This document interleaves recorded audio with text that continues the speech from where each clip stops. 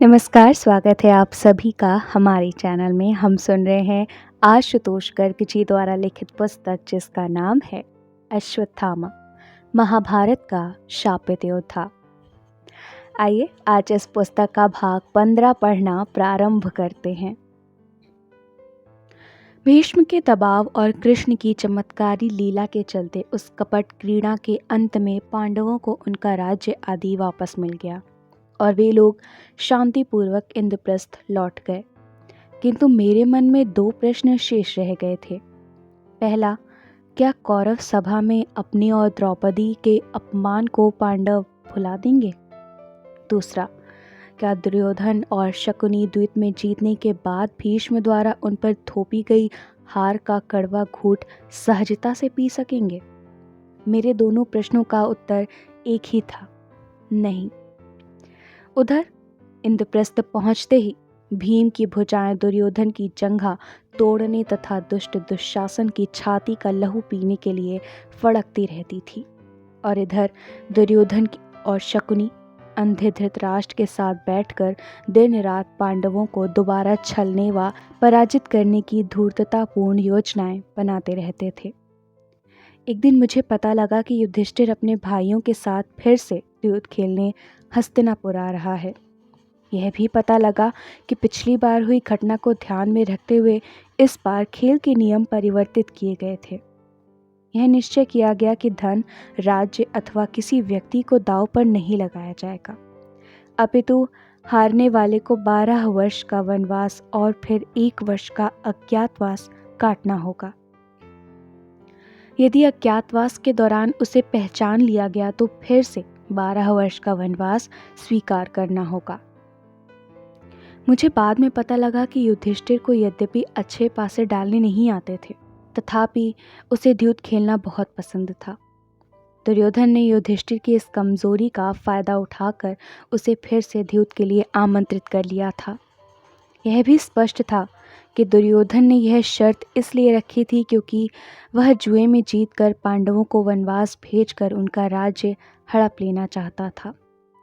मुझे विश्वास नहीं हुआ कि युधिष्ठिर इतनी बड़ी मूर्खता कैसे कर सकता है कि दुर्योधन के हाथों बुरी तरह हारने तथा अपमानित होने के बाद भी उसे बुद्धि नहीं आई और वह दोबारा खेलने आ पहुंचा, जबकि वह पहले से जानता था कि दुष्ट शकुनी के रहते द्यूत में किसी और के लिए जीतना संभव ही नहीं था। मैं पूरी रात यही सोचता रहा कि युधिष्ठिर ने द्यूत खेलने की यह शर्त स्वीकार क्यों की, परंतु जब मुझे इसका उत्तर नहीं सूझा तो मैं अगले दिन विदुर के पास पहुंच गया। हम दोनों के बीच कौरवों तथा पांडवों को लेकर बातचीत होती रहती थी। यद्यपि मैंने स्पष्ट तौर पर विदुर से कुछ नहीं कहा, किंतु विदुर की पारखी दृष्टि जानती थी कि उनकी भांति मैं भी दुर्योधन का साथ देने के लिए विवश था, क्योंकि गुरु द्रोणाचार्य का पुत्र होने के नाते मेरी भी निष्ठा हस्तिनापुर के राज सिंहासन से बंधी हुई थी। विदुर मेरे प्रश्नों का उत्तर देने तथा मेरी आशंकाओं एवं दुविधाओं का समाधान करने में हिचकिचाते नहीं थे और संकेत द्वारा ही पांडवों के प्रति अपना स्नेह व्यक्त कर दिया करते थे। मेरे पिता द्रोणाचार्य और तथा मामा कृपाचार्य धृतराष्ट्र के उपकारों के नीचे इतने दब चुके थे कि उनसे राजसी मामलों के अतिरिक्त किसी भी प्रकार के व्यक्तिगत संवाद के द्वार लगभग बंद हो चुके थे।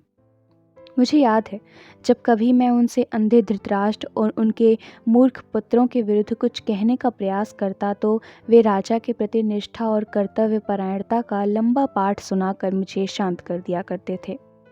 यही हाल विदुर का भी था। अनेकों अवसरों पर उनके साथ हुई वार्ता से मुझे यह स्पष्ट हो चुका था कि उन्हें कौरवों का आचार विचार पसंद नहीं था, तथापि वे धृतराष्ट्र के अनुज होने के कारण खुलकर कौरव पक्ष के विरुद्ध बोलने से झिझकते थे। यही मुख्य कारण था कि समान सोच विचार होने के कारण हम दोनों कभी कभी सांकेतिक भाषा में बातचीत करके अपना मन हल्का कर लेते थे। मैंने निसंकोच विदुर के समक्ष अपनी दुविधा रख दी और पांडवों के दोबारा हस्तिनापुर आकर दुर्योधन की चाल में फंसने का कारण पूछा। विदुर मुझे देखकर मुस्कुराए और शांत भाव से बोले, समय बहुत बलवान होता है अश्वत्थामा। उसकी गति बेशक धीमे होती है, किंतु वह अपने प्रत्येक कदम के साथ धरती पर विध्वंस और निर्माण के निशान साथ साथ छोड़ता चलता है। जहाँ कुछ लोग उसकी विशालता के नीचे दबकर इतिहास बन जाते हैं, वहीं उसके पद चिन्ह कुछ नवीन सभ्यताओं का उद्गम स्थल बनकर भी उभरते हैं। मुझे विश्वास है कि युधिष्ठिर इस बात को समझता है और वह इसलिए हस्तिनापुर वापस आया है। समय का चक्र करवट ले रहा है पुत्र। मैं और तुम हस्तिनापुर में होने वाले विध्वंस तथा नवनिर्माण की केवल दृष्टा हैं। बस देखते रहो अश्वत्थामा। विदुर के कथन और शकुनी की चाल को समझ पाना सरल नहीं था।